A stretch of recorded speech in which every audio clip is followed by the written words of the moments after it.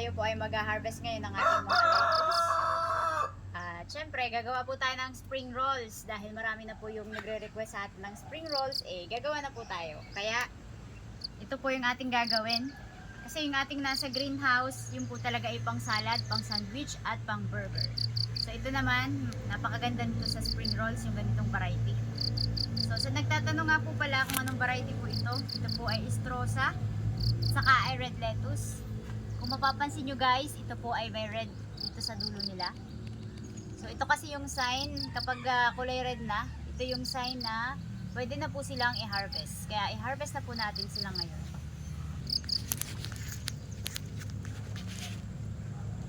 Dito kalakihan guys kasi kulang yung mga pataba natin.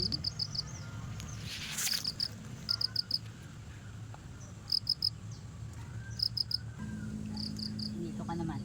Ito, hindi na po tayo bibili ng ibang ingredients dahil pati yung ating mga pipino, dito na rin po tayo kukuha sa ating mga tanim.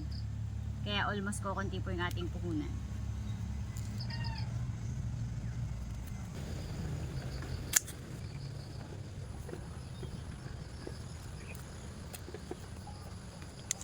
Ito na po yung ating mga na-harvest lahat. Medyo marami-rami na yan guys. And syempre may na-harvest na rin tayong mga pipino. Ayan, ito yung mga na-harvest natin. Merong malalaki, may maliliit. So di na po tayo bibili ng pipino. At ibang mga sangkap natin ay makukuha lang talaga dito sa ating backyard. Makakasave tayo.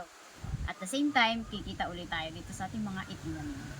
Kaya guys, napakasarap ng may mga tanim sa inyong bakuran dahil bukod sa mayroon ka ng sariling gulay na sariwa at alam mong safe na safe kainin, ay pwede mo pa itong ibenta na yung mapagkakakitaan din.